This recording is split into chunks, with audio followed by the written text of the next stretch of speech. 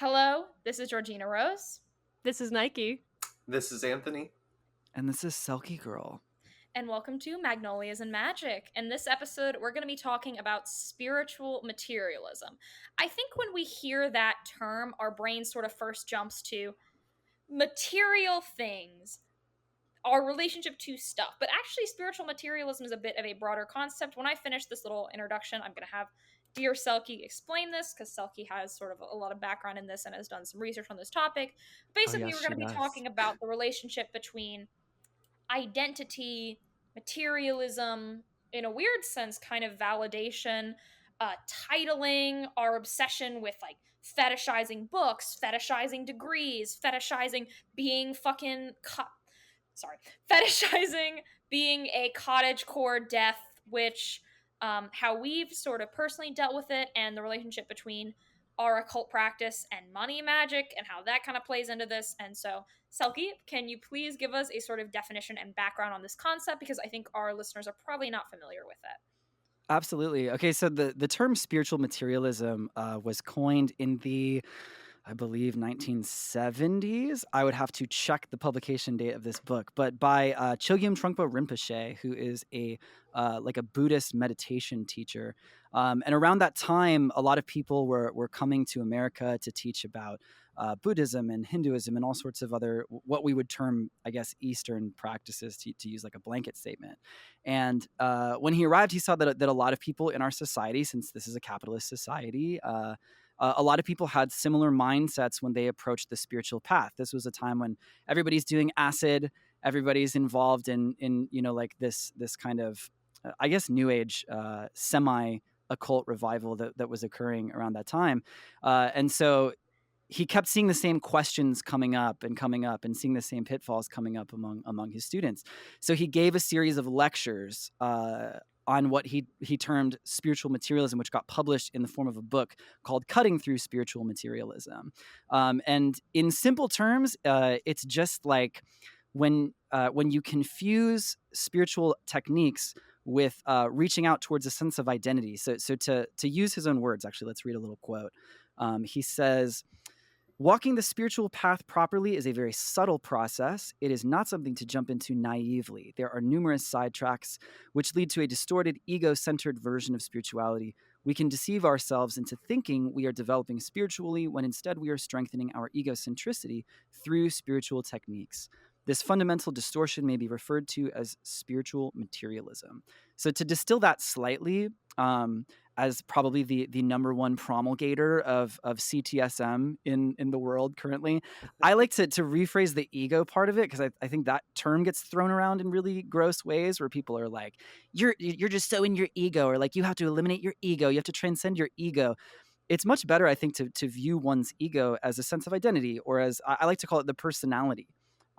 So using the techniques of spirituality to reaffirm one's identity or one's personality could be referred to as spiritual materialism. And I think that frames it in a much more neutral and less kind of like finger waggy light.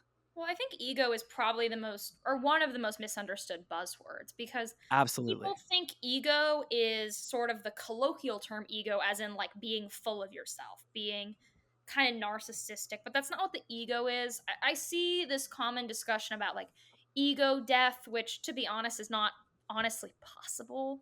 Like, you can have these sort of like quasi like breakthrough framework shift experience, but you can't like fully kill your ego and it stay dead, like stuff like that. I think ego becomes this kind of meaningless buzzword really fast. So I really appreciate you framing that so people have kind of that context. I think Well, that's one of the. Oh, sorry. I was gonna say that's one of the wonderful things about the book, is that it is brutal. It's a brutal read. Most people, when I recommend this, they message me to be like, well, I read the introduction and I hurled the fucking thing across the room because I felt so called out. But the book is very gentle. Like it refers to the meditation process in, I think, the most sort of like open source way possible. And the breakthroughs that Trungpa refers to in it is he's just like, when you're in meditation, you'll have all these thoughts and you'll have all of these feelings and things that you identify with and that distract you. And there will occasionally be little gaps and little breaks in that noise through which insight passes. And that's essentially what you're seeking towards. So in the same way that the orgasm is kind of like the little death, those little breaks in a meditation practice where you experience a little gap in thinking. I think that's all you really need to strive for if you're seeking out to nail your ego to the cross in crucifixion. Like, Would it be fair to say that those parts that are popping in distractions, maybe things that you want to hear, would be that like ego part, like that identity stuff of like the things that you want to be in your life versus that actual insight that comes being sort of uh that flip, or is that not quite right? well, in Western esotericism, often the symbol that's used is Corn's own, the demon of hallucination and dispersion. So yeah, I think you could think of that in terms of like that chattering voice in your head that's kind of like constantly narrating your life back to you in your own voice as if it is you. But like, I think the way that I just said that makes it sound like this horrible monster, and in a lot of Western esoteric texts, it is viewed as kind of this demon, which Trungpa would say is a very try hard way of looking at yourself, because then you become very aggressive toward your own thoughts and very aggressive toward your personality, which is kind of contraindicated towards these little gaps that you're trying to experience, although also part of the process itself. It's very Neptunian too, of like the illusions or like the things that you have that essentially like cover the eyes, so to speak, and getting past that Neptunian stuff to get to insight is really what you're striving for. So like Neptune being that veil in front of you that you have to get past, that spiritual materialism that you have to sort of dissipate in order to actually have the real spiritual experiences. Yeah, I love that. That's actually one of the really fun things about reading this book, and why I recommend it to anybody of really any spiritual path, is that whatever framework it is that you're kind of coming at your practices from, even though the book is written from a Buddhist perspective, you very easily start lining up the symbols of your own framework with what he's talking about, almost as if he's speaking directly to the things that you are struggling with or that you are experiencing. So, when I first joined TikTok, like, I'm very wary about giving book recommendations because I don't like when things get taken out of context, which happens very easily there. But book rec videos also do really well. So I kind of just was like, all right, the only book I will ever recommend on TikTok is this one, which spawned like this whole, in the same way that Georgina militantly, is trying to promulgate Thelema. I'm very much the person trying to do that with CTSM. So Well, I think TikTok is sort of the highest display of this phenomena because absolutely. TikTok is sort of the fastest thing. Everything's being thrown at you at once. Everything's so quick. You're thrown like someone being sexy, then someone telling you some deep spiritual revelation, then an ad, and it's just so fast. It's everything being thrown at you at once. You can't get into any depth. And so a lot of this stuff ends up being about identity. Being a witch is like taking on a label. Being an occultist is taking on a label. And in our culture, we've gotten really fixated with like labels because of how sort of individualistic our culture is getting. And TikTok is like the epitome of this. Like, I feel like TikTok is almost like the embodiment of like Nick Land's AI in a lot of ways. I was actually just going to say that TikTok is like the macrocosmic Corin zone. The flipping through the FYP is the same thing that you are probably being tortured by if you sit down to attempt like a silent and still meditation. And being on the FYP will make it worse because those fucking little 10-second audios will just play in your head. So I always like to think of at the FYP as of just being the embodiment of Corin zone, but like in my iPhone screen. I see it. And what's so interesting is I'm thinking through a lot of the things that we discuss on Witch Talk a lot, and the majority of it is about identity. It's about what tradition are you? What label are you taking on? What title do you have? Very rarely do you see people discussing the actual practice. So much it's about who can be this, who can be that. It's all about like what can you take on, but never really the nuances of what that means. It's like 10 signs you're a witch, but never gets into what that actually means on an esoteric and metaphysic level. It's like it becomes almost a costume for people, an aesthetic, which I get annoyed when people are like, aesthetics bad, aesthetic witchcraft bad. But I do think for some people it does sort of become that. And I think like social media and online culture has really amplified this because this always existed in various forms. Like in each of our communities, when we were sort of planning this episode, we all sort of noticed that. Like I see it very strongly in Thelema with like ranks and titles. We see it in witchcraft with setups. We see it in ceremonial magic with collecting. Like all these things have their own sort of version of it. but I think it's really accelerating in a lot of ways. Mm-hmm. I've been seeing it a lot personally with like in the witchcraft sphere, because I know that there in ceremonial there's like orders and titles and degrees, but in witchcraft specifically it's a few different ways, and we've talked about this before. Some of it relates to our cults episode, but I see it a lot with people taking on the title of priest or priestess, or in some ways people taking on the title of like teacher, like trying to teach people. There's nothing wrong with being a teacher, but there's something about like the title of being teacher or title of being mentor that people really really want to get to for like that form of self-validation, rather than just you happen to be teaching people so you get called a teacher, like the coincidence of ending up in this because it's just sort of naturally what you do, versus I want to be a teacher so people can look up to me. That's where I see a lot of like this desire for self-importance, so they take on these titles, these roles, regardless of if there's like a formal way to get to it or not, regardless of, if they're not in a formal system or if they are, doesn't really matter. It's this striving for, I want to be viewed as important by other people. It's not about the religious aspect, it's about other people's views of you. Oh, this Well, is an you've both old brought up point. Oh, sorry. absolutely. Well, I was going to say, you've both brought up whether it's the clothing that people wear, the titles that they end up in, or how the genres of what they're talking about are being discussed in these platforms. You really can't go much deeper than those surface layers, at least when you're outwardly presenting something with words. When you wrap up a concept in descriptors, you're shrouding what the thing actually is. And I think anybody who's spent even a little bit amount of time in any spiritual practice knows how difficult it is to communicate the ineffable to other people. And so like what you can outwardly present on social media is very much not the thing itself. It has, maybe what you can talk about it or show in an aesthetic is like 3% of what it means to you. And for somebody else to really see and understand that, they would have had to have lived every single experience you've ever had to truly relate to it. So, I think a lot of those things serve as a method of communicating, as like a convenient vehicle for discussing what it is that you do. But when it comes to the actual practice, the things that underlie those words, those are not so easily shared for likes and followers.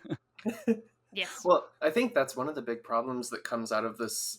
I guess we'll call it spiritual materialism. Like when, like you were saying, like a lot of occultism, a lot of the abstract concepts we talk about, they are very abstract and difficult to communicate with each other. And so the way that we have historically tackled that as a community is we steep everything in like symbolism, and like even like our altar setups, like I'm trying to think of like other examples, like even the concept of like sigils, like everything in occultism is essentially related to symbolism in some way.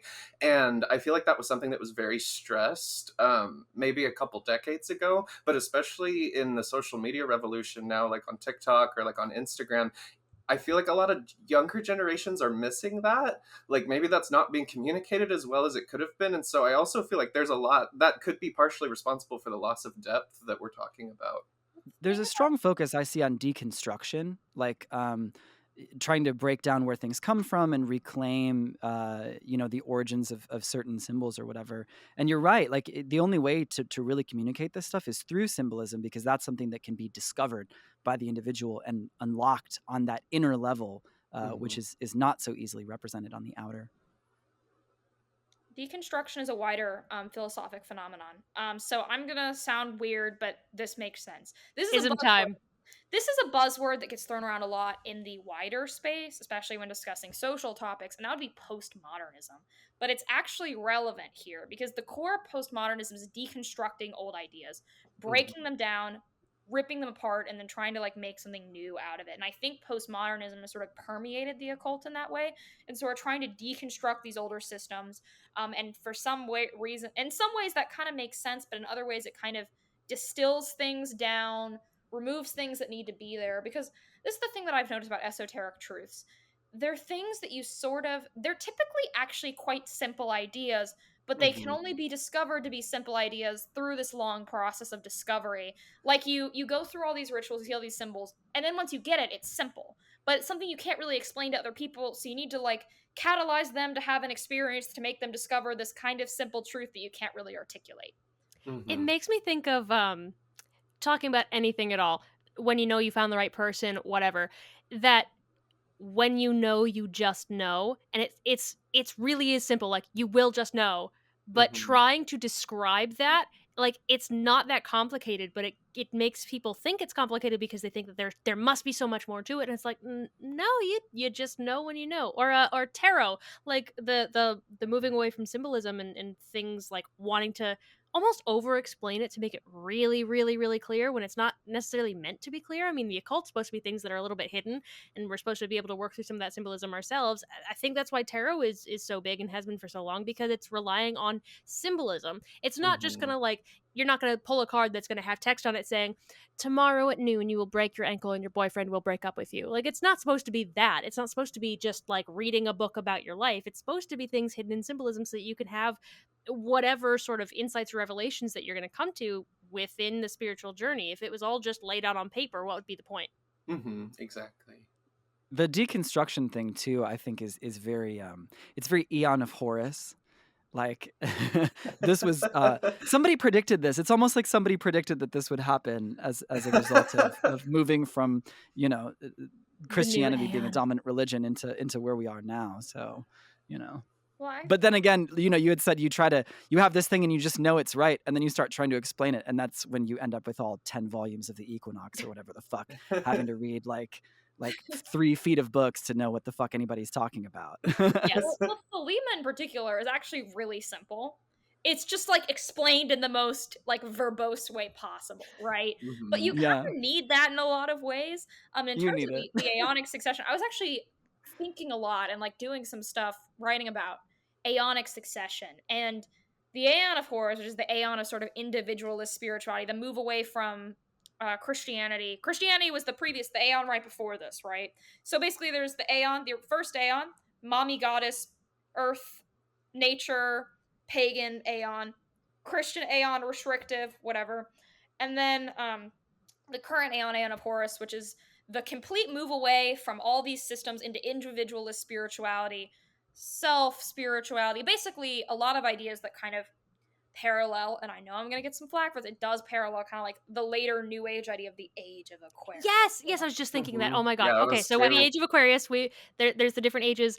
Christianity and Jesus started the age of Pisces, which is Pisces. like, collectivist, spiritual, or whatever, kind of restrictive in certain ways. And then, like, before that would have been the age of Aries, which would have been like the paganish times for about 2,000 years, and on and on prior. And right now, people think that we're entering the age of Aquarius, which is in some ways a little bit more individualist, a little bit more of a Saturnian, being on your own kind of deal. It is very interesting that they do line up. It is very fun.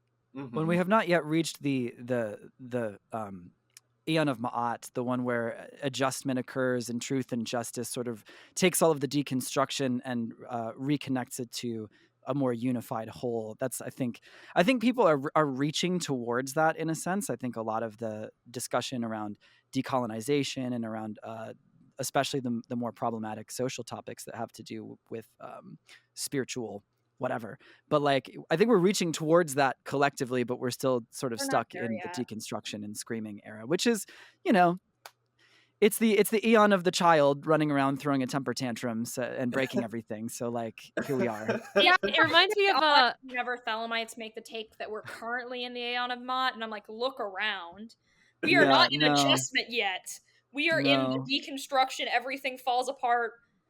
It makes me I'm gonna think of need what them my to go mom used read to some tell Kenneth me. Grant and some Nima and be like, no, we're reaching towards that. It's not here yet. Like, It makes me think of when I was really little, because I didn't understand that I was in fact a child. Like, I knew I was young, but my brain was just like, but I'm equal to you. You, the adults, and me, the 5-year-old. I am equal to you. Why won't you let me sit in the front seat with no seatbelt? Aren't I big and old enough? Like, it's very much like I should be there already, but you're clearly fucking not. And whatever authority over you is trying to be like, you are 5 years old. Please get in your car seat, you piece of shit. That is the Aeon of Horus. Mm-hmm. You just Equinox. We're gonna discard the Equinox now. We don't need it. Yes. But yeah, I find something I was thinking about earlier. The biggest example of this in the Thelemic space is with ranks and degrees. Thelemites, we love our fancy titles. And if you've been through the order systems, either AA, the AA is more relevant in this one, but the OTO has their own degree system. But there's a group called the AA, and they have these degree titles that sort of represent where you are on your spiritual journey. And a lot of Thelemites on the internet who are solitary like to try to align their practice with these degrees. And so they kind of self-give degrees, and they like give themselves these titles. And I always try to say, if you're solitary, that doesn't matter, because the titles are meant to represent the metaphor of where you are. They're not like validation. And you see it even in these older order systems. There's like stories of older Thelemites who knew these people called degree chasers, who would like try to get up the degrees as fast as possible. They would like rush themselves. They would be like, hey, initiate me to the next one, please, please, please, please, please, to like speed run the entire degree system without completely being ready. And so I know people like, oh my god, I know people Yeah. like this in my LARP. Please don't let me forget. Okay. So that's like a huge problem. And now Thelemites like just write, you know, they like make up what degree they are, whatever. Which is why I move, if you're solitary, to the stop giving yourselves degrees if you're not using that to actually mark your journey, and yes, using it to feel better about yourself. Because a lot of Thelemites discuss these degrees, especially in like group chats. They're like, I'm this degree, I'm at this point. And I always joke, I'm a 0th degree. I'm a very proud 0. Because if you're solitary, why do these titles matter to you? Because if you're having the journey, you'll have the same phases. So why are you so fixated on writing some equation in your Twitter bio? Like, why is that relevant to you? Because these made sense in those groups because they represented specific rituals. But outside of that, because we're really moving kind of beyond that system with the huge rise of solitary Thelema, like, I don't think you need to mark that on yourself, because I think a lot of people give themselves these titles not because they've actually reached them, but because it feels good and it's nice to have that like really fancy title. But I think people get so fixated with that, they're not focused on the actual journey and the actual true will. And so that's why I kind of have moved in my content. I've never discussed them really. I've discussed some of these concepts, but I don't use the like titles. I've used them kind of as a joke, but like I don't, get into the degree system, because I think as a solitary person, that's not really relevant, because as a Thelemite, you're still going to go through the same phases. You don't need these titles because you're not in these groups to begin with. And within these groups, if you're trying to rush through them, you're not really achieving those things. You're just rushing. Like, why does a number matter so much? It's like the same thing. People always joke. They're like, oh, having a big Twitter following doesn't mean you're a good occultist. Okay, so let's apply that. Giving yourself a fancy title doesn't make you a good occultist.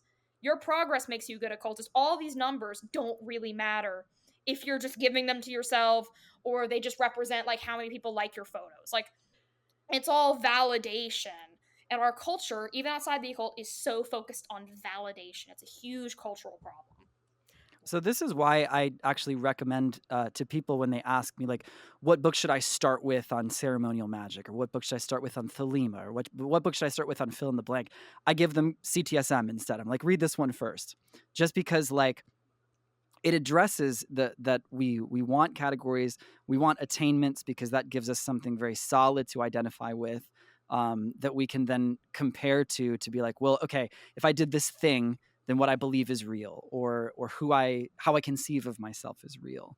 Can I interject a little, like a quotation from Yes. this Of course. that's relevant? I randomly Two quote Crowley in degrees the podcast specifically. like all the time. Okay, so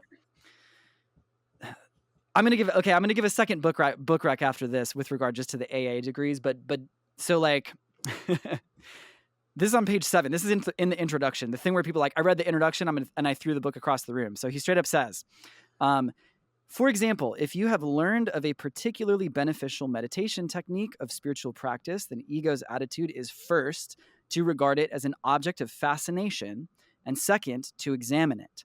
Finally, since ego is seeming solid and cannot really absorb anything, it can only mimic. Thus, ego tries to examine and imitate the practice of meditation and the meditative way of life. When we've learned all the tricks and answers of the spiritual game, we automatically try to imitate spirituality, since real involvement would require the complete elimination of ego. So, like, when it comes to like degree attainments, we're human beings. Like a function of learning is imitating people who already know. So, like, if somebody knows how to, I don't know, like how to like fix a sink, like they know how to unclog a sink, you're gonna, like, even if you don't know how the fuck to do it, you can watch somebody and kind of imitate what they're doing, and it's sort of gonna work. But I think regarding the degrees with this like fascination, like you see this ornate system of attainments and you're just like, incredible, I need to know everything there is to know about this. And then each step of the process has something shiny for you to identify with, it makes a lot of sense that you would then take that on as like, I am the, 8 = 3 degree of like fill in the blank from whichever Masonic order that existed back at the turn of the 20th century. I see this in my LARP, and it's so funny because it's very similar in a lot of very interesting ways. So, I don't know if this will out what game I do. I don't think it does. In my game, there is something called knighthood, and knighthood is like the highest level of awards that you can achieve because we give out awards. You do something good, we reward you for it. Whatever. Very, very normal. It's fine. So with knighthood, a lot of people see like this person gets a lot of accolades. This person has a lot of friends. This person's very recognized. They have cool stuff. Whatever. And they think it's because they're a knight, so they try to imitate the things that they do. And instead of like one of them is doing service. So instead of just running an event because you think it would be nice to, you think you could do it well, you want to put something on that's really good for the people around you. Instead of doing it for that reason of just like, I want to do something that is good, they'd go, I want an award. What can I do to get that award? Aha, there, let me do that. And they try to climb their way up the ladder really hard to imitate these people that most of the time just did it because they thought it would be cool. Like, I made this thing because I thought it would be cool.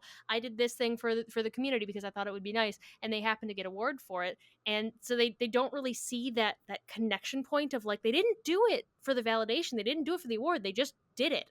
That's it. That's all there was to it. And so we've got all these people trying to like act all high and mighty, like, I deserve a knighthood. You should give me a knighthood. And they tell people directly, like, I deserve it. And anybody else who has actually earned and deserved it never did that. They were just like, I just wanted to do something cool, man. Thanks for the award. It's very nice. I'm grateful. I didn't really do it for this though. And it's so interesting to watch them just be like, I deserve it. It's often very loud. I love that you brought LARPing into this because that's very much my like approach to magical practice is that like it's pageantry and it's role play that you embody for like a period of time in a set space so that you can walk away from that if not having gained something, at least understanding yourself better, which of course has to do with the identity. So like honestly, like Dungeons and Dragons to me is, I feel like, a more useful exercise than like half the shit that's in like Liber O, for example, but Well, that gets into the next thing that I kind of want to discuss a little bit. And that would be, when we do these sort of dramatic rituals, especially if you're a ceremonial magician, a big thing is tools and the things you use. And I've always explained this to people as the tools are not important because of what the tool is. The tool is a representation of something bigger, because when we do these rituals, there's the idea of as above, so below. What we do in our little ritual space impacts the macrocosm. So what these things are symbolic representations of the macrocosm. So there's nothing wrong if you're really desperate to make your chalice a red solo cup or something in your cabinet, right? Because in the end, the quality of the material, the beauty of the material, having this gorgeous setup. Trust me, I like scrolling through Pinterest too. I like aesthetics. But what matters is the symbolic representation, because these dramatic rituals are speaking through a symbolic language. So I think that kind of relates to the pressure to have really pretty tools, high quality tools, the most high end, gorgeous sword that's crafted, like all that stuff. Because I think sometimes, and there's no shame in wanting pretty things. I have some pretty things, right? We're humans, we like shiny objects. We have like kind of goblin brain a little bit. But the point is not to spend the most on your setup, it's to actually use the setup and get the gnosis from it. Paper I feel plate very called core out by is this elite. because wait, what'd you say? Paper plate core is elite. I have paper plates for some of my slightly ritually shit. Like, why would I get something nice? Paper Yes. plates. Yes, we love it. I was just gonna say I feel called out by this because I use a protein shaker as my water chalice in ceremonial magic. Oh, I love that though. Well, because I love I'm that. kind of a gym rat. Like that's like what I do to battle anxiety and depression, and so like I'm used to carrying one around. So I was like reading all these like instructions for like crafting your ritual chalice, and I was like, well, I'm more like connected to like this fucking like shaker bottle that I always have with me, 5 days a week at the gym. So like, I'm just going to fucking use one of those because like it's familiar. Like I'm emotionally attached to it. The aesthetic is very, lady bro. So like, let's get it, my Like, I purple got this from protein my shaker. job, and it's from my Jupiter workings. Because I mean, we could talk about money magic. I do money magic. I'm not ashamed of it, but that's because I got some bills to pay. But this is a reputation. I got it from my job for free, so I didn't have to spend any money on it, which means that I get to have more money in my bank account. It's from the place that gives me money in my bank account. Like, what else represents prosperity than the job that's paid me the most I've ever had in my entire life and just gave me a raise? Like, this is a great representation for Jupiter, and it's very cheap. Well, that's Well, and this is like an example of using something magically which you relate to on an identity level, which is why I'm not going to badmouth like spiritual materialism as being like this shitty Satan, like this new age Satan that we all have to like avoid. Even Trungpa would argue that like when you avoid something as being bad, like that's just the same dualistic self other principle, coming into play in front of you. So it's like, should you be making choices based on what you identify with and what feels right for what you're doing? Yeah, absolutely. Like that's part of what it's meant to instruct you in. And if we're going the Crowley route, that's something that he talks about how like magic is a practice of like decorating the self, the ego, the identity, whatever you want to say. And mysticism is the opposite, in a sense where that's in just connecting and touching with divine, which is identity with something much larger than the thing that you're seeking to decorate through magic, and that both have their place and both should be used to push one another forward. That's really interesting to me, because my first athame or thing that I used as an athame was these silver hair cutting shears that I would use to trim my bangs, because I've had bangs for forever. And so for a long time I had these like barber scissors. They were really pretty, but they were my athame. And then I ended up buying this like really pretty like letter opener thing that I use as my wand. And so I had for a while this like hair cutting shear and then this like beautiful wand, and I would use them together. I feel like that's sort of like a representation of literally what you just said in a weird way. I don't use shears as my athame anymore, but I do still have them. They sit in my little ritual drawer. Yeah. And I feel like the mindset of like approaching spiritual materialism in that sense is not to shit on yourself for, switching to a different tool, or for, using one tool for one purpose in one context and then using another one in another. But mostly just to become aware of how it relates to your sense of identity, how you are trying to express your personality through what you're doing, which I think when you bring that into consciousness, it makes whatever you're doing spiritually a bit more effective, because you have a more comprehensive view of your own motivations, I guess. And it's just more fun. I mean, I use like a fucking Zippo lighter that I got in high school for my fire wand still, because I'm like emotionally connected to it, and because I'm not going to make like the fucking Golden Dawn butt plug as we were talking about before, like all of you guys talking about your DIY tools is giving me like folk witch vibes. I love this so much. Very much. Yeah. Well, I'm hoping folk witches everywhere are bristling with joy. Yeah, they're all just like, yes. Like, it's kind of unrealistic for anyone who's new to have a perfect ceremonial magic setup. It's not possible. Like, every time I talk to new practitioners, because I talk a lot to new people, because I enjoy talking to new people a lot. A lot of them come to me and they're like really worried about the setup stuff, and I'm like, dude, it would cost you so much money to have a perfect ceremonial magic set up when you start. It's not going to happen. Like, after you've been practicing for a long time, you'll get that set up because you'll collect these tools over time as you use them.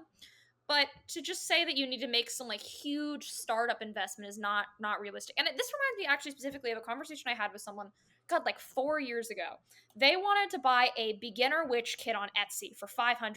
And I remember talking to them about it because I said it was a bad idea. And I actually ended up like pulling up like online Etsy shops and like linking everything in the set so they could get it for cheaper. But I was like, no, you don't need to just drop a ton on a like Betty Crocker setup when you're not understanding what those tools mean and what that stuff actually is.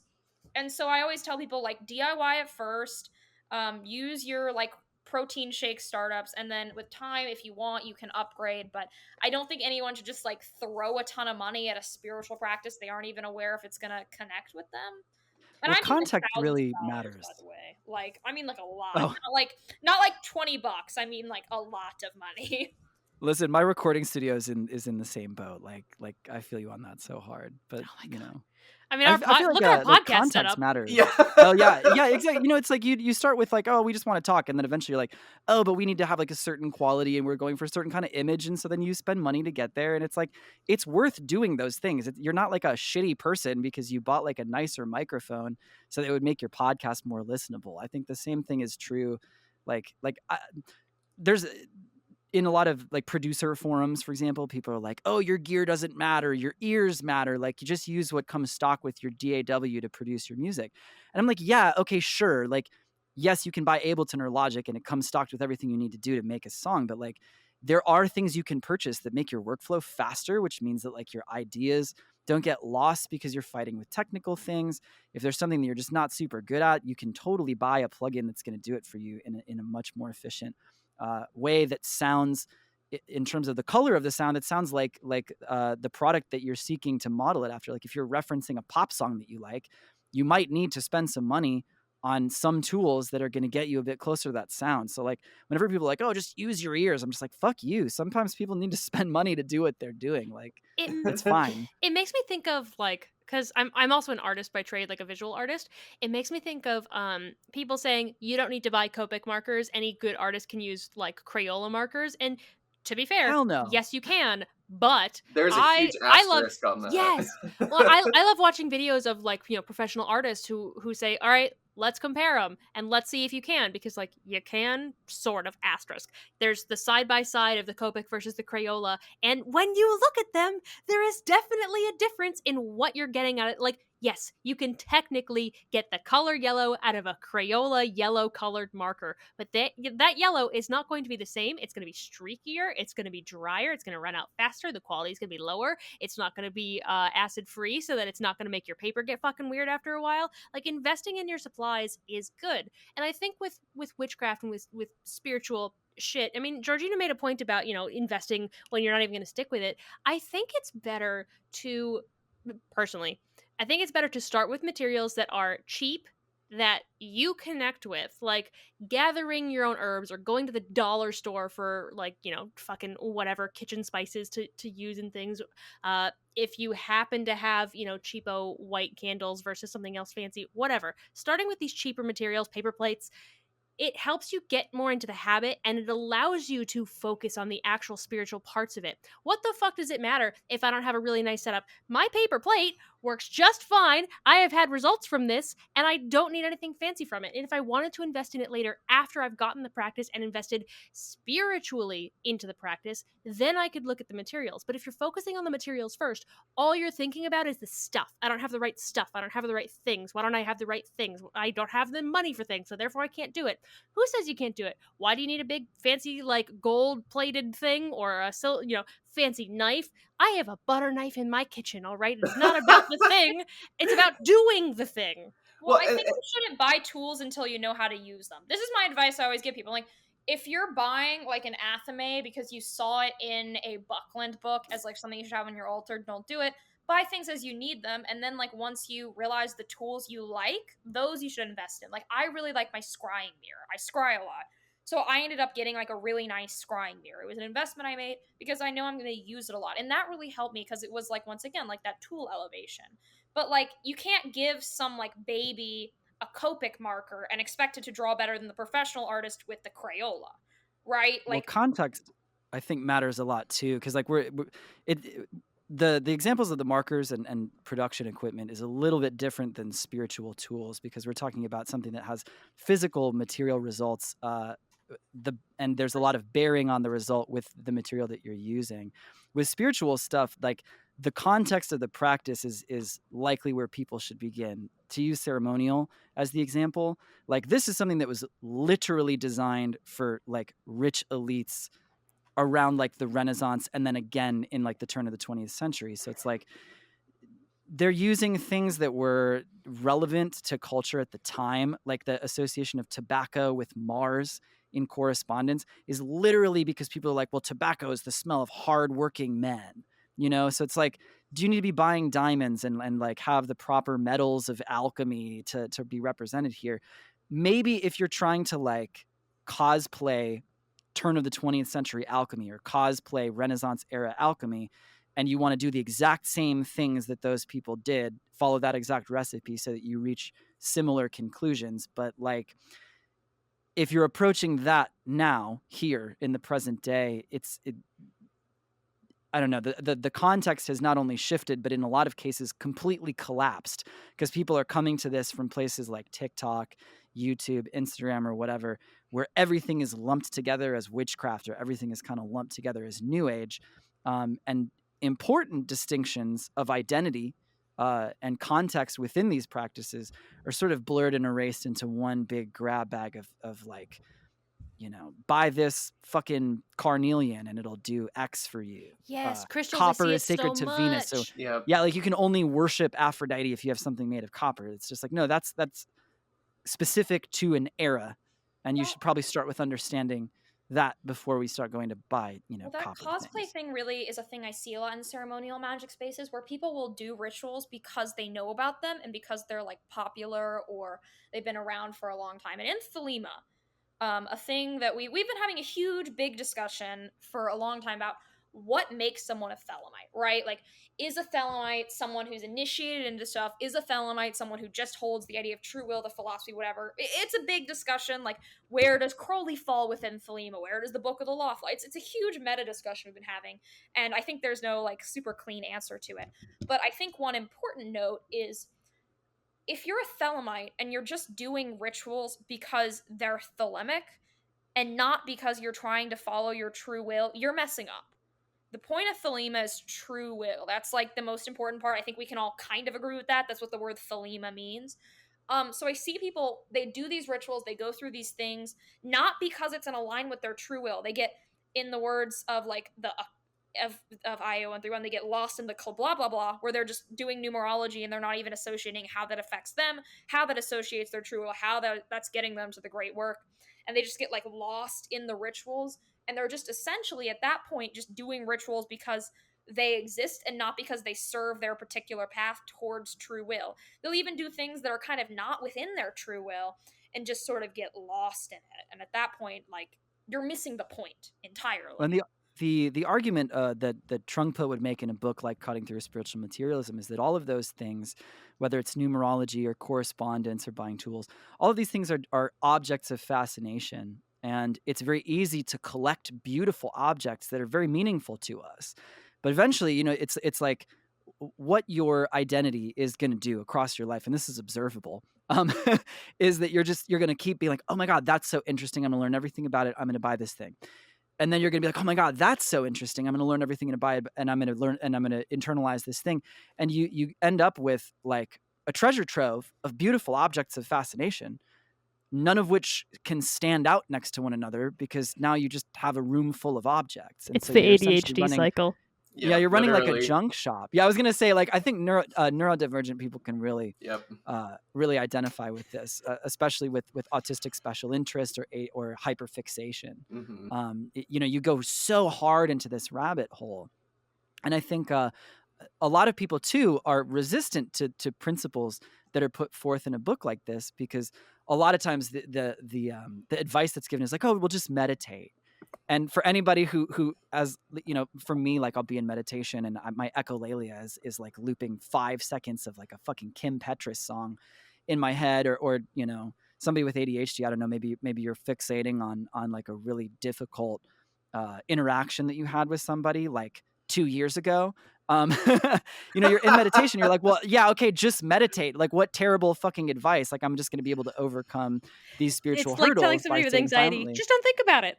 Yeah. Yeah. So what I really like about this book is that, in particular, in this approach with spiritual materialism, is that even the idea of meditation is an object of fixation, where it's like, oh, this is interesting. I'm going to be a meditative person. I'm going to imitate the meditative lifestyle. I'm going to imitate the conclusions that people who are meditation masters will put forth in books. But the practice is as simple as like, don't try too hard, and also don't not try. He gives an example of like a famous, I think it's like a sitar player asking a meditation master, like, well, how should I focus my mind? And the master says, well, he's like, okay, well, how do you tune your instrument? And the guy's like, well, I make sure that the strings aren't too tight and I make sure that the strings aren't too loose. And the master says, okay, that's the basic function of meditation. So like, don't like struggle to stop yourself from thinking, and don't let your mind wander too far. And eventually you will exhaust this, this chatter, this like the collector from the Marvel universe. Is this familiar to anyone? Yep. Yeah. Okay, good. One of us. Just like, one. Sorry. Just one. The person My who's nerd the is thing in showing. your- Sorry. the crow brain that's trying to collect spiritual teachings and degree attainments in crystals or whatever is eventually going to exhaust itself. And observing that occurrence is probably a lot more valuable than collecting more teachings. Mm-hmm. I think that takes some time to work through as well. We see it especially with books, and I know that books is going to how books factor into spiritual materialism is going to be a little bit different between occultists and witches. Witches are just like books generally and having a giant book stack. I see occultists a lot of the time being like, I have this very fancy, special, expensive book. Like it's more singular prizes, like trophies. But with witches, I see it a lot with it takes a couple of years where you really like settle into your practice, and you're not just like picking at everything that comes at you because there's so much to learn. You finally settle in and just like, I care about this thing. This is what makes sense to me. This like you really have to like just give yourself time to get through it, because that fascination with everything just collects and collects and collects, and then you have 30 books you haven't read all sitting in a stack, and you're like, look how many books I have. They're really cool, but you haven't read a single one. You don't know anything that's inside of them, not a single word. And you really just have to eventually decide, do you actually give a shit about the topics in those books? Do they matter to you? Do you need those books for them, or can you learn some other way? Like, you really just have to settle into what matters to you, how does it matter to you, why does it matter to you, and if you're looking at something new, is it just a passing fancy, or is it something that you actually legitimately want to connect with? I think That's a major struggle in occultism, especially is with expensive books in particular, just because it's like, and again, this is very context dependent. So I think you need to be very aware of what it is that you're trying to learn about. But like, one example for me is like, I spent, I think like $250, maybe $300 on an edition of The Vision and the Voice with the commentary. Couldn't do it. That book is available for free, like online, where you can click links to the commentary, but like most of the print editions of it that are affordable don't include the commentary. I was just like, it's really important to me to understand this context, that I read this with the commentary. I really struggled to absorb information reading it from a laptop screen. So I was just like, fuck it, I'm just going to purchase this book. So like, I think that then the trap, of course, becomes like, oh, now I have this beautiful edition of like The Vision and the Voice. Like, this is very special. So like, there's no like, it's not good or bad, I think, to be spending money. You make choices based on the resources that you have available to you. But like, it's important to be like, okay, well, why am I spending this money? Why is it so meaningful to me? What am I getting out of this? And ultimately, when you boil that down, it's just like my sense of identity, the grasp that I have on the solidity of these ideas is increased by making this purchase and spending this time. And so like, ultimately, I think it just kind of boils down to, well, this is a pursuit of the personality to a particular end. Well, book fetishism is very interesting. And I think sometimes it does become almost fetishistic.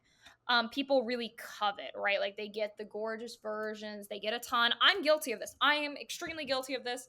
I have quite a few books that I have not read. I've bought really pretty editions. It's like, honestly, the tool that I am down to spend the most money on and throw the most money at. I'm down to buy books, and I've joked I have a little bit of a problem, but it's interesting because books are how we get all our information, especially if you're a solitary practitioner like I am. They're really essential. Some of these books, I mean, they've really changed my life, like very specific ones. They've revolutionized my practice. But has every book I've bought done that?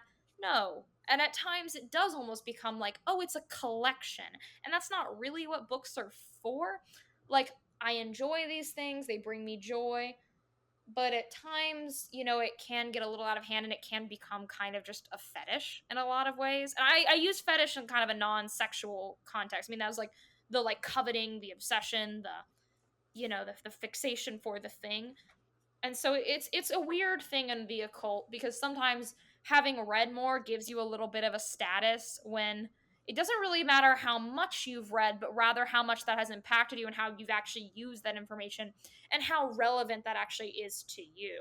I think sometimes people use the I've read this many books as like a clout thing or a status thing to make you feel smart. Like, oh, I own all these books, I know a ton. But it's really how that information actually has changed your life that matters.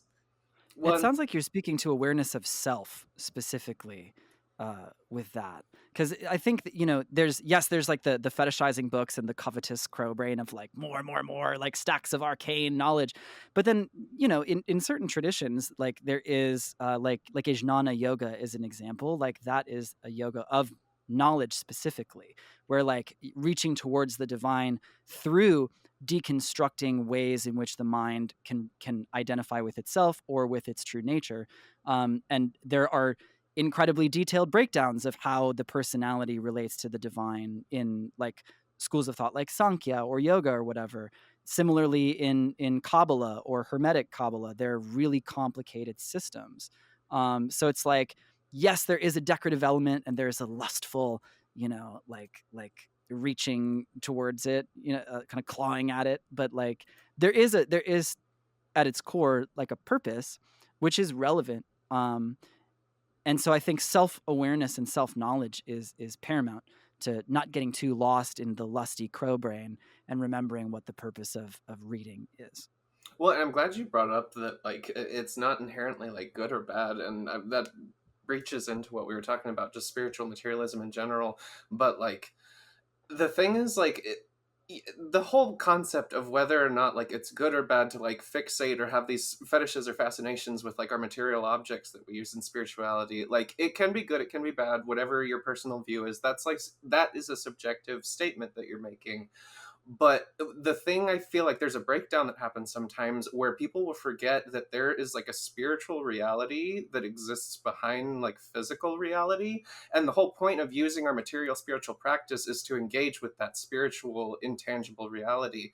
And so it's not so much, I think, that like it's good or bad like to collect books versus like to only use them for like spiritual righteous purposes or whatever. It's just like you were saying, that self-awareness, being able to ask yourself like, why am I doing this? Why do I have a fascination with these books? Why do I want to collect them? And then interrogating that and asking yourself like, does that benefit my spiritual practice? Does that hinder it? Does it do neither? Am I okay with that? Am I not okay with that? And that's where, at least to me, like the spiritual mindfulness comes from, is just being mindful of like, why am I doing this? And not just like you're saying, operating off of crow brain and just what's the word that like they use for ADHD, like serotonin seeking. You're not just like serotonin seeking all the time. Well, in Yeah, well, general, and kind of, from the perspective of like Chögyam Trungpa's argument is that essentially everything will be repurposed by the identity, everything will be repurposed by the ego, the personality, whatever it is that you want to call it, including the idea of materialism being good or bad. So that the idea of eliminating the ego is a materialistic one, for example. The rejecting materialism and being a renunciate and going off to just meditate. Right, because all those concepts are part of our material reality. Exactly. So when you're placing yourself in opposition, like, okay, I reject materialism, well, that then gives you this very distinct sense of I-ness, which is literally what ego means. I mean, the literally just means I am. It's the I am quality. And so like when you try to demonize something, it's typically that fear arises from an uncertainty about who and what you actually are. Right. So like when you're looking at crystals or buying things or collecting teachings or whatever, it's very fun for us to sit around and be like, oh yeah, let's be aware of it. But it's like, even that is going to be repurposed into a sense of who and what we are. And that's very natural. It should be embraced and just observed, I guess. There's no exactly. It makes me think of it's not minimalism. You know what I mean? Like Is that like, minimalism, what is... where you like anything you don't absolutely need, you just fucking get rid of.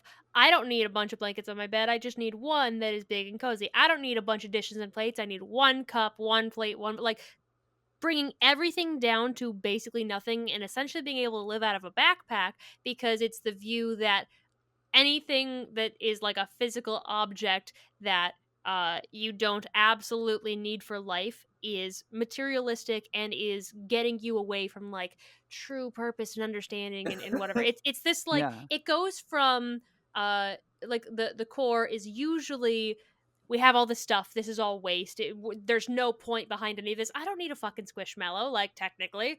I But do. then it yes. But it flips around to going from, like, usually an anti-capitalist kind of sentiment, like, why do we spend money on all this bullshit for no reason, to without saying it or even really, like, consciously recognizing it, it becomes this, I am better than those who are weighed down by the material possessions of this world. I am more in line with spirituality and the universe and nature because I don't have things. And it And so becomes this minimalism identity. becomes the identity. Yes, Yes, yes. We're yes. all about going to extremes, right? I think with all these things, humans, or at least this is the trait that I 100% have. I know I have this trait.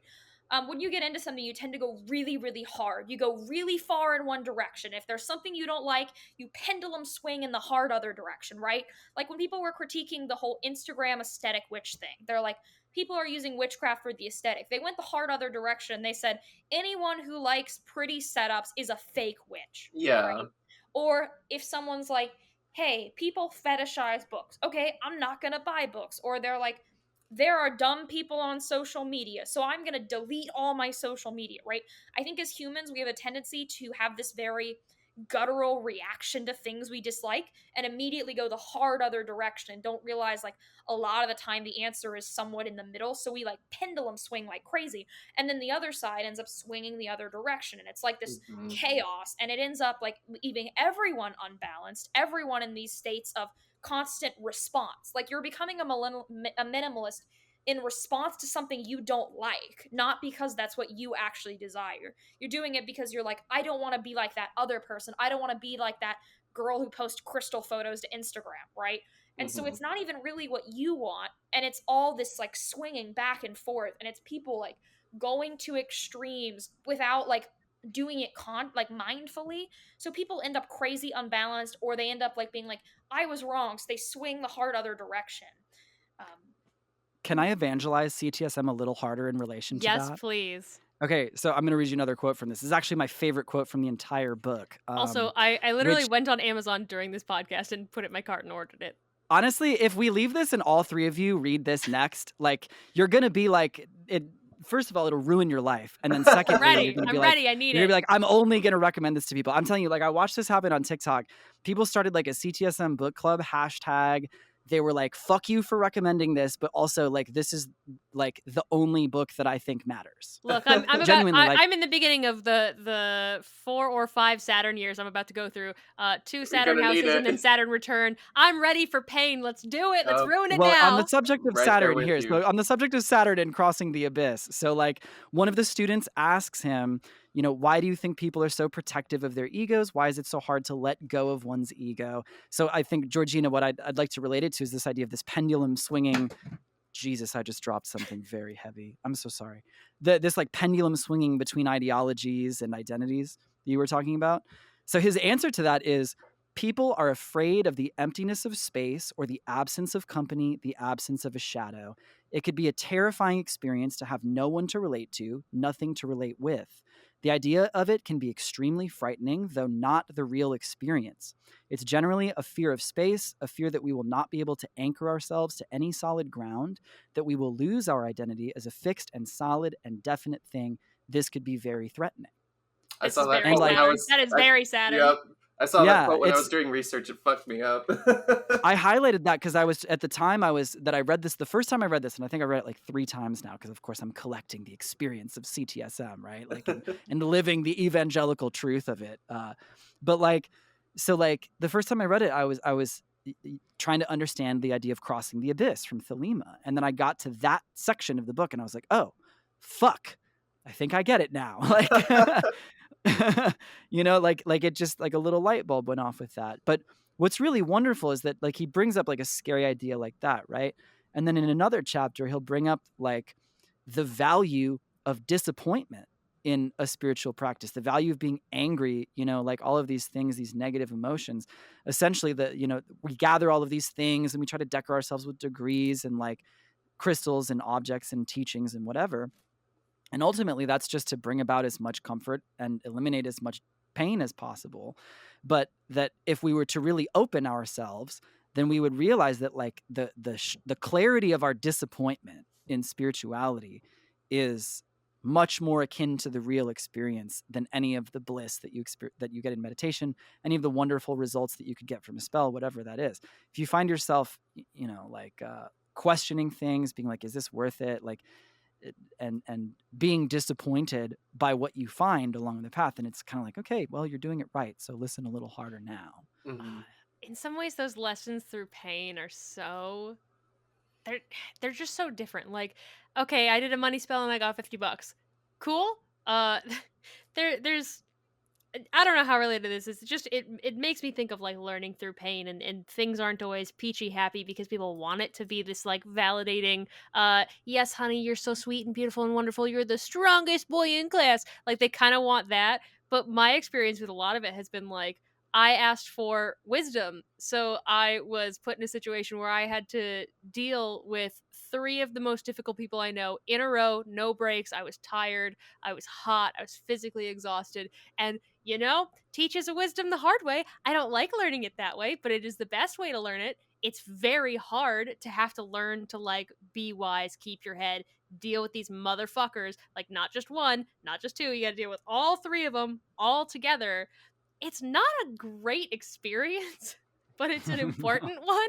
And it's this like trying to avoid pain while not realizing the right balance. Like, I'm not trying to be one of the flagellants, right? Or I'm not trying to fucking whip myself and learn through that way. But sometimes the harder lessons are going to be more spiritual than just like, here's an easy $50. I was gonna say, I think that like meditation is kind of like marketed incorrectly, especially to like neurodivergent people. I see a lot of resistance actually, and especially on mediums like TikTok, but like a ton of resistance to like including especially like a seated meditation practice of any sort. And for me, as like some like having to do it with like an autistic brain body setup is like, it's never been blissful, it's never been fun.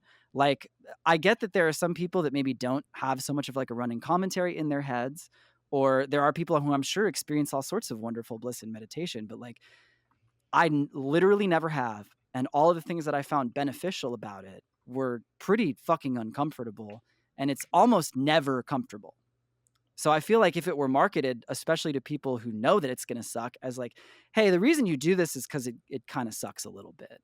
Like, it's actually you're going to find that how much it sucks decreases a little bit, but more so your awareness in the rest of your day as to like just how, how overwhelming the sensory input is, or how overwhelming whatever is going on. You're able to eventually kind of distance your identity from those feelings a bit. And I wish that were marketed to people more so than the bliss and the enlightenment that's supposed to result from meditation. I really think that like the discomfort of it is the selling point. I see a lot of discourse around like meditation is kind of ableist because people who are autistic or people with ADHD aren't going to be able to do it. And I'm just like, that's what I really like about this book in particular, is because it makes meditation very simple, where it's just like, don't try too hard, don't not try, and maybe set up conditions that are most conducive to just letting whatever it is that goes on for you exhaust itself. That's his whole argument, is like, let your personality exhaust itself, let your identity exhaust itself, let your running commentary exhaust itself. For me, if I'm supposed to sit there and be like, let echolalia exhaust itself, that's maybe not going to happen all day, but like I can at least watch it happen, and not then go back to my day thinking like, who and what I am is the anxiety that I feel, or who and what I am is the sensory overstimulation that's a result of being autistic, or whatever is going on. Like, so I really wish that the marketing, especially for people who it's going to be a struggle for, I feel like the marketing should be like, hey, it's a struggle, but it's really like a worth it struggle. I found it for me that it's not just that it's not marketed as, let's be real, it's going to be a struggle. Some of it's also that it's marketed as you can only do it one way. You are doing it this way, or like there's 2 ways. You can sit down or you can lay down. That is it. And for me, I have found that meditation is so much better and more fulfilling when I am doing a physical action. For me, that's fighting. That's where my LARPing stuff kind of comes in. Anthony and I have talked about this before. Yeah. For me, it's I I've tried many times. Your typical sit down meditation does not work. If I want to meditate, I have to fight somebody, like physically. Like I have to get into actual combat with them. That is the only time that it didn't used to be so easy. I had to learn to get out of my head and stop thinking about it so hard. And nowadays, I can almost immediately just let myself slip into, there are no thoughts here. I am just like, I'm existing in this space. I'm doing something, but there's something about like the adrenaline that comes with it, and being in this moment with another person, or even if I'm just like practicing something, when I really just like click into that space, all those thoughts, I'm not thinking about anything. I'm not thinking about my latest hyperfixation. I'm not like thinking about that thing I did 3 years ago that makes me really embarrassed. I'm just here, and that's it. I'm not trying too hard to get into it. I just slip into it. It's way easier. And I wish I would have been told earlier on, it doesn't have to be this one rigid way. Like meditation does not have to be this, you do it this way or you're wrong, because it's always how it felt. And so I felt like a failure until I was like, oh, I'm already like that. I'm doing it here. I do it here, and that's great. And I can feel the difference in like my body and my spirituality if I haven't been fighting for a while, or whatever. There is a distinct difference in doing it versus not doing it, and that I relate much more to that than let me sit here. Hate that. Well, Hate that. I think this is where identity really comes sharply into focus, because it's like, sitting in meditation and maybe focusing on one object. So imagining a shape, imagining a concept, and single pointedly holding the mind to that thing and no other thing. This is very, very context dependent. So it's like, if you're trying to approach, like, say, an 8-limb yoga practice authentically, like, say you're studying under a teacher who's going to instruct you in this, right? Like, you to be in the identity of that practice, you need to follow the steps of that practice. So, like, this is why, the marketing of meditation, at least in this wider context collapse sense, is really unhelpful, because it's just like, well, that's not every style of meditation is holding the mind to one object and nothing else. I think that the easiest, most approachable form, frankly, is the one that's outlined in this book, which is just, don't try too hard, don't not try, let whatever's going on exhaust itself until you experience a little gap, and maybe another one later, and just allow those things to happen. And over time, you're going to have a really clear picture of what is going on inside. Like, probably a couple of years, but like, that's, you're approaching a meditation style which is like in the identity of a more like mindfulness thing, whereas what you're describing is more of like an active practice. So it's just like, I think this is where we can kind of say, like, identity is not bad. Expressing one's personality is not bad. Modifying something to fit the conditions of one's body or one's neurotype is not bad. And awareness of like what is being defined by what it is that you're identifying to is paramount to understanding what you're doing. Well, this reminds me of a concept that I actually learned through reading political theory, weirdly enough, called frameworks. So when you are following ideology, it gives you a worldview, a conscription of how everything works. It gives you a narrative. And everyone has their own framework that they subscribe to, typically one that's kind of given to them. So, and I think this applies really directly to occult paradigms. Let's say you're a Norse pagan. That gives you a very specific language, a very specific philosophy, a way of life, and all these things. And that's your framework. But the thing is, all these frameworks come back to identity. All these frameworks relate to personality traits, social groups, and it gives you a worldview that's just given to you, like, on the face. And typically, the actual answer of reality is not within these frameworks, but leaving a framework fucks with your head. Like, people who shift frameworks, like, let's say you convert from Thelema to Catholicism. I've seen it happen. These people have their entire worldview shattered, right? They move from framework to framework, and their worldview falls apart. And they realize that there's some truth in both of these things, and it breaks their brain entirely. Because being without a framework doesn't give you a worldview. You're not given those prescriptions, right? You're not given that answer, and so you have to figure it out on your own. And that's something our brain doesn't like to do, and it pulls us out of our social groups, right? Which, this is present political ideologies. You can see, like, the camps of politics. You're given all these frameworks, whatever. And so you're removed from that, and that really messes with you, and it leaves you in this, like, place between things. Certain realizations, I think, can really throw people out of their specific framework, and it leaves people like really lost, right? People want to be given a set of parameters, an answer, right? You come to a new philosophy, a new occult practice, you want all those answers. What happens after we die? What are the practices I'm supposed to do? What are the philosophies I'm supposed to adhere to?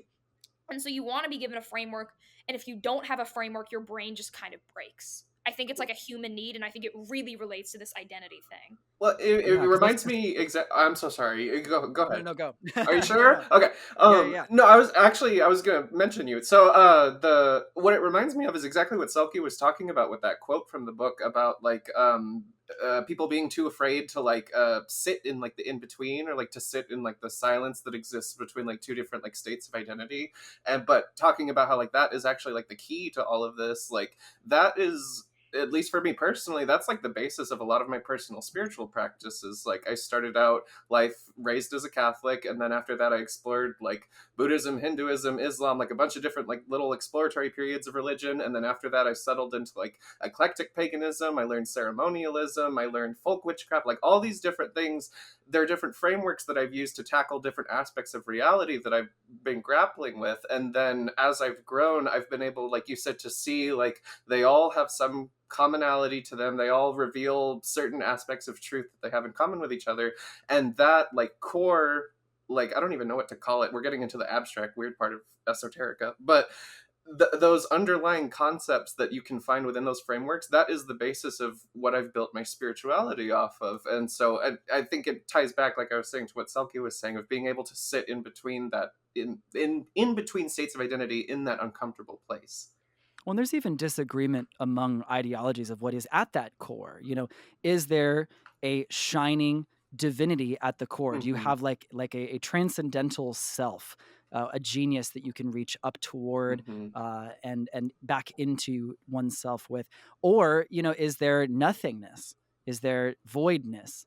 From which these like noumenal objects emerge, which are reflected in the phenomenal world. So, like, obviously any answers that we try to take from this are in service of providing comfort, stability, a sense of identity, which I really don't want to demonize. It's especially weird, like as like a as a trans person, when you're struggling even to express things which are pleasurable and necessary to you, or even sometimes painful to you. You really need that terminology. You need the check boxes. You need to go through this period of searching for identity markers that you can use to describe your experience of yourself to others, and so that you can relate to others, so that you feel less alone, so that it's less disorganizing to be in this like fucking abyss of confusion, disappointment, pain, misery, whatever. So like, I don't know. As much as I love to shit on the law of attraction, I love to shit on crystals. When I step back from that, I'm just like, at the core of all of this, I think people are seeking to organize their confusion, maybe transcend difficulties, abuses, painful things. They want to connect with other people. They want to connect with the world around them. They want to feel comfort and solidity, and there's nothing wrong with that at all. Is there something maybe a little bit wrong with doing that with no awareness? Maybe, kind of, especially if it leads to like abuses of other people, like maybe exploiting other people's bodies for financial gain, or out of a sense of superiority. But like, we also, on the flip side of that, I'm not going to go around like shaming people because they want to put on like a dress like me, or they want to go out and be referred to with certain pronouns, like this it's, makes I think me it's think a of very, it go feels ahead. like the difficulty with non-binary, right? Like for me, some of the struggle with gender and things was to label versus not to label, and often for me it becomes this argument of like, being non-binary, I'm this very mercurial, like everything and nothing at the same time, in between both and neither, and something wholly separate all at the same time. And you get to this point where you're starting to try to define it in your head, but it's this like it's like smoke slipping through your fingers, and you're trying to define it. You're trying to grab onto these labels really hard, but you're also at the same time trying to let go of them. But you're in this weird in between, because it gets to this point of like, well, I'm not a man, I'm not a woman, I'm something else. It doesn't matter what I am. It doesn't matter what I like or what I dress like or what I look like, because I'm just a person. But then labels aren't important. I just want to be a human being. But then also, what does it mean to be like a trans woman or a cis woman or a man or whatever? Like, what does it mean to be these things if none of this matters? Because it very clearly does matter if you're somebody who is within that binary, or even being non-binary, wanting to have these labels to describe your experience. It's such a weird, like, push and pull between why do we need to label everything, what even is a man, what even is a woman, to like get away from those, but then also to be like, okay, but what is a man, what is a woman? And for those who want to identify with one thing or the other, or who feel that most at their core, like, it's just such a weird thing to fall into. And to be in that liminal space, both with like the gender, sexuality, whatever bullshit, to the spiritual stuff, falling away from all that, it's very scary to just sort of be falling without any rope to cling to. And a lot of people want to avoid it because it's so much easier to be in control, to have this box to fit into, to have this rope to grab onto, to be able to say, this is where I am, this is what I have, this is what I believe, this is who I am. And once you let go of that, that falling is so scary. It's like being afraid of the dark. You don't know what's out there, and you don't know if you can survive it because you've never had to. And a lot of people don't feel strong enough to jump into that, and so they like to have their little box of identity, their little box of things that define them, and they don't want to step outside of it because maybe this is all they've ever known, or maybe this is the only thing that ever makes them feel safe and in control. Well, labels Yes, and and frameworks not. give Oh, us I'm sorry. labels and frameworks. They give us a way to communicate things. They give us a path. They give us a community. They give us a lot of external things, but in the end they're trying to describe a subjective internal experience that varies wildly person to person, right? Like, they give us paths, they give us directions. It's really weird to not have one of those, so I think we kind of jump onto them. And it's a human need, right? We're social creatures. We don't like to feel alone in any way, shape, or form. And so I think labels and frameworks, communities, ideologies, they all give us an answer for these things that we mull over when we're in the dark alone. And it makes it easier in a lot of ways and allows us to communicate sort of with other people. But even then, there's variance, right? Within all these groups, and then whether it's sexuality groups, religious groups, ideological groups, there's a lot of variance person to person because we're trying to cling to the closest label to our subjective experience. But even then, there's going to be variance because we're not the same people. We don't have the same experiences. We don't have the same backgrounds. And our personal experiences, all these things are going to vary really, really wildly. So Well, it's Nike, I'm really glad that you brought up non-binary, and frankly, the way that you described that gave me a very specific kind of chills, which I don't know that everyone would be able to touch in the same way without having lived my entire fucking existence up to this point. But um, like, non-binary is a foreshadowing in a sense of non-duality, which is like kind of one of these primary like attainments. Weirdly, it's viewed as this solid thing to which one can uh, like bring themselves, which is sort of at odds with what it's for. But you see people react to transgender people, to non-binary people, very violently sometimes, and with a lot of anger. I've experienced a ton of this in my life. A lot of my friends even more so, and in tiny little ways all throughout the day.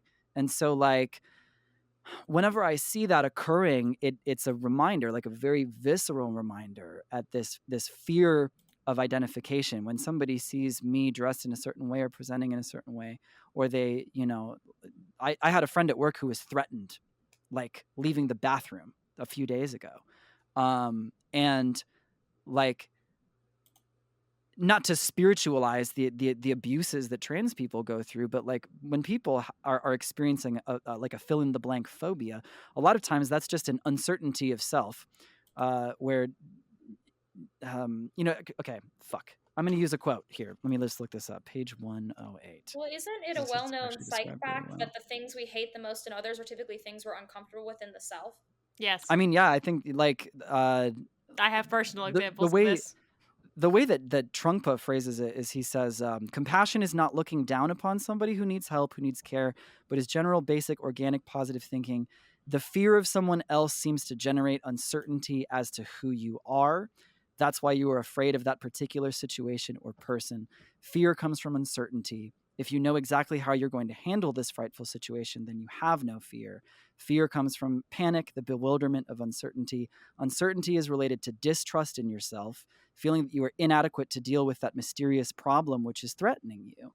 And I think when it comes to non-binary people and trans people, the thing that's threatening is this idea that, man, woman, like whatever sets of opposites that it is that you're choosing, like if you do away with those things, all of a sudden you have to admit that you don't exist, because opposites only exist because we have conceptions of self and other. It's very like everything literally boils down to this. And Georgina, obviously, since we both are big old sluts for Thelema, one of the major tenets in that ideology is to smash opposites together in order to annihilate them and lead to the annihilation of all dualities, opening up one of those little gaps in the the noise that you might experience in meditation. So like that's very scary to people. And so when you have real human beings in flesh representing that very idea that maybe like sets of opposites are blended or non-existent at all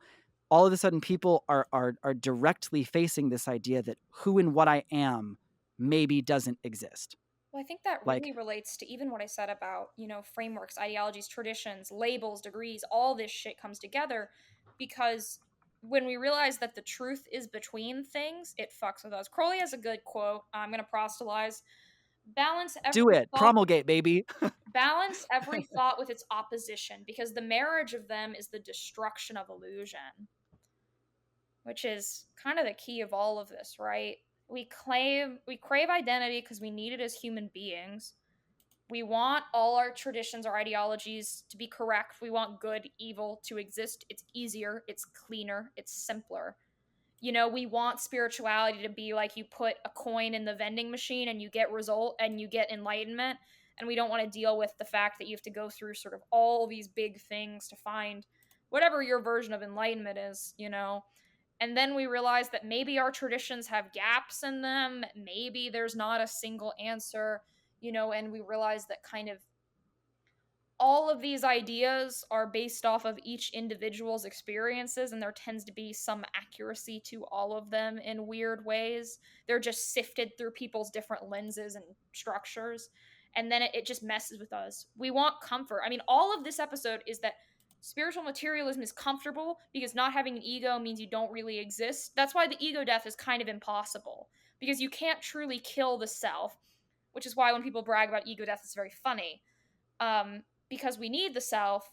So looking beyond the self messes with us, because at that point, are you really even human? Because the human life is about the self, right? We're selfish creatures because we have to do all this shit to survive. That's our coding, right? We're trying to survive. We're trying to go through the world and be safe and get all these things done. And so looking into these really abstract things, looking beyond our existence, being like, hey, maybe my entire worldview could be kind of wrong, and all the people I disagree with could be kind of right, but also wrong at the same time, that no duality exists to begin with. That messes with our brains. I don't think our brains like that. I think that's a thing that makes us feel vacant and lost. And without identity, we feel like we have no self. And that's why people start swinging on the polarity, right? They want that identity. And I think it's a human desire, and all of this thing, all the things we've talked about have come back to the fact that we crave identity and we crave validation and we crave answers to be given to us. And when they're not given to us, we end up really confused, and that messes with our brains because we don't like to think like that.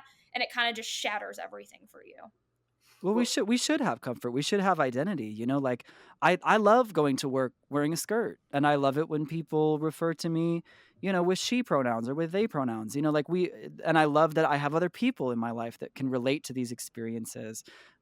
We should absolutely have comfort and seek identity. I think the purpose of like approaching an awareness of what Trungpa would term spiritual materialism, if you want to use that term, in the context in which it's presented, is just the knowledge that absolutely everything will be repurposed. You talk about ego death. Like, I know people who have had wonderful life-altering experiences on psychedelics like ayahuasca, or who've had incredible experiences in ritual or in meditation.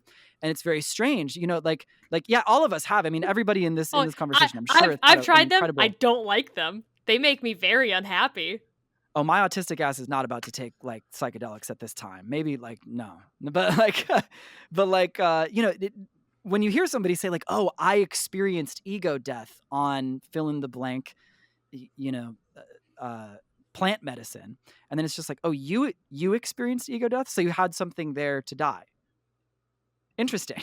Like, you know what I'm saying? So I think, yes, we should have comfort, and yes, we should be aware of all these things. The wonderful thing about this book, I mean, there are many wonderful things, but he has a whole chapter on having a good sense of humor. So like when you approach spirituality and you're in all these mind traps of like, like what is the ego's repurposing everything, or like I'm collecting initiations, or like I'm collecting crystals, or like I am not self. I'm going to go through all the layers of the ways in which I don't actually exist. The workaround in a lot of ways is to just laugh. I think the chaos magicians had the right idea when they would use laughter for banishment. They would say like, oh, laughter has no opposite. So laughter will be the perfect mode of ending your operation. So it's like, absolutely, I think we should hold very tightly to the things that we want to identify with, and maybe let go of things as they no longer serve us, and move into other areas as we change. But I think if you want like the cheat code for it, then just like maintain a decent level of awareness and have a pretty light sense of humor about it, and you'll probably be fine. So my final thoughts are that we all want validation. We all want an identity. I think everyone here has identities, even with their craft, right? Like, I really identify with being a Thelemite. That's something that's sort of at the core of my person. And, whenever things like that get questioned, or, you talk to other people and you want to assert, yeah, I'm really serious about this. So you start kind of grabbing at things to give you, social value, whatever. It's something that we all kind of wrestle with, and it's a very human thing to wrestle with, and it's something like I don't know how to fix. I don't know how to give people an answer. I don't know the answer to this stuff. I don't really think any of us do. And it's interesting how like this struggle is sort of at the core of all of us, and is why we get these like crazy 10-second like flashy provocateur hot takes. It's all at the end a struggle with, what am I? Where do I fit in this world? What does my spirituality mean to me? And it's just all these huge questions. It's interesting how every single action we take, whether we're conscious of it or not, typically comes from some internal need or reason. I don't think as humans we really do anything without a reason behind it. I just think a lot of the time we're not conscious of what that is. My final thoughts, I really just for my final thoughts, I want to reiterate that point I made earlier about our obsession with things sort of taking away from the experience, because we're so focused on the stuff that we're not thinking about what we're actually doing and why we're doing it, why it connects. I really think it is important to remember that if we're getting too lost in the sauce of, I don't have the right herb, I don't have the right candle, I don't have the right ritual circle, my space is 9 feet long instead of 10 feet long, so my ritual circle won't fit in it. We get too bogged down in these things that we forget what is the point of us doing this. Try not to focus so much on that, and just find the things that work. If you don't have it exactly right, you don't have a fancy silver plate, but you got a paper plate, go for that paper plate, baby. It's about the experience, not about the physical item 99% of the time. You're in a spiritual space. You're on this spiritual path for something that is not material. You're not here, even if you're doing money spells, you're not here necessarily for material gain. There is a spiritual component to it, and don't forget that. Don't get too lost in comparing yourself to others, because that's often where the getting lost in the stuff comes from. Well, I don't have the same stuff as everybody else. You're here for spiritual reasons. You're here for whatever it is you're here for. Just focus on your own goals rather than what you think other people are expecting of you to make it perfect. And my final thoughts, they're actually very similar to Nike's. I was going to focus on not needing to be perfect. I feel like we've discussed a lot of very subjective topics in this episode. We always do. Everything is subjective in this world. And so something that I know I personally struggle with, and I hear a lot of other people struggle with, is being concerned about if you're doing something right or if you're doing something wrong. We've talked about perfectionism and materialism. We've talked about being an armchair occultist versus an active occultist, all these different things. Everyone has an opinion on whether or not something is right or wrong. And that is not, at least in my belief, that is not the root of a spiritual practice. The root of a spiritual practice is evolution. We are reaching towards something higher, and we recognize that we are not there yet, and we are taking many steps to get there. And so don't be so concerned about whether or not you are doing something right or wrong, whether or not you're being too materialistic, or whether you should be a minimalist or whatever. Just worry about where you're at the moment, what you're trying to achieve, be conscious of what you're doing about it, and where you want to take the next step to. My final thoughts are stream my new single Camel Meat Needle for Enlightenment. Yes. Yes. Just kidding.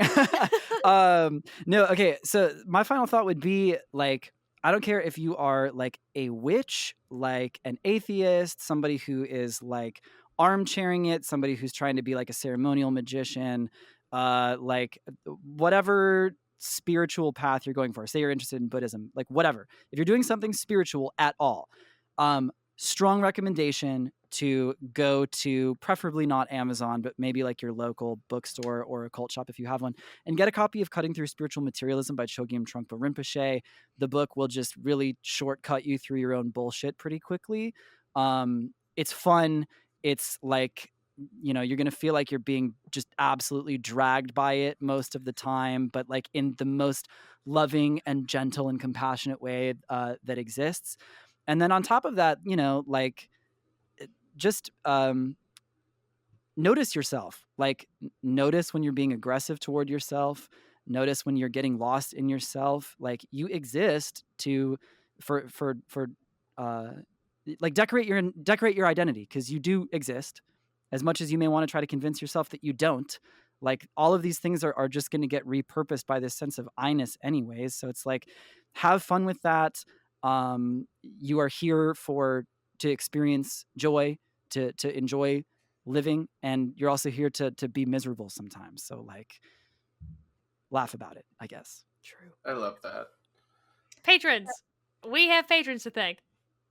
I will jump in because I will make sure we get the right order. So, patrons, if you pay $10 a month or more, we get to say a big thank you by name. So, big old thank you to people who support the show, including Amy Momster, Barry, Evan, Jay, I love Jay so much, Janine, Jonah, Alejandra, Charlotte, Doitsu, Jessica, Kat, Lee, Leo, Lilith, Lisa, Marcelo, Marshall, Mike, MK Scorpio 89, Nauseated, Neon, Nico, Nicole, Ree, The Lady Ghost, and Victoria. Thank you guys so much for helping make this podcast possible and getting Georgina a fucking microphone. If you want to support the show, we have a Patreon. You can get extended shows, pre-shows, video versions, and of course, everyone's favorite reward, getting your name read out by us. So support the show. You get a lot of special stuff. And you can find me, Georgina Rose, or .darling, DAAT, on Instagram, Twitter, TikTok, YouTube, Telegram, Patreon. And I think that's all of them. I'm on all the platforms, and I'm also on Telegram. So find me places. Anthony?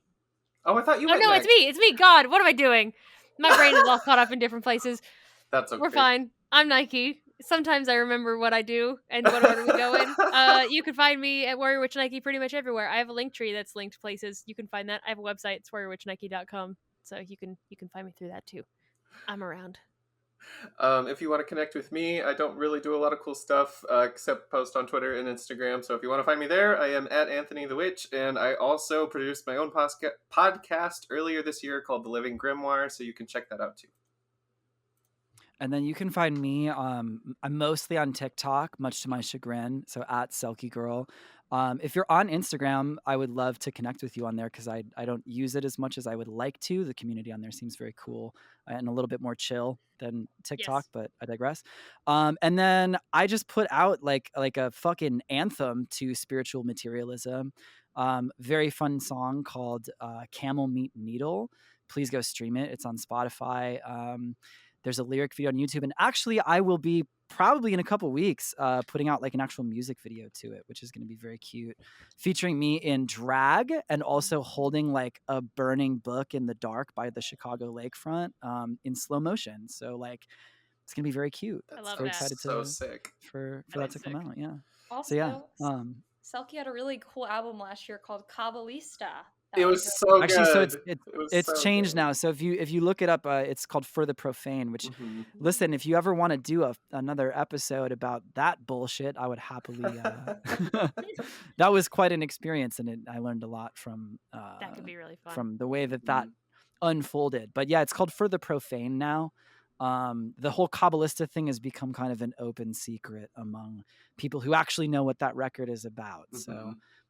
I will let you discover that for yourself. I won't spill a lot of clues as to the Mhm. concept, but So very cute, good. very fun, Very very good. trans, Yes. very much in keeping with Yes. actually that kind of non-binary discussion that we were having, and the pursuit of spirituality to both decorate, the personality on its journey, but also to then kind of dissolve into some greater something or nothingness.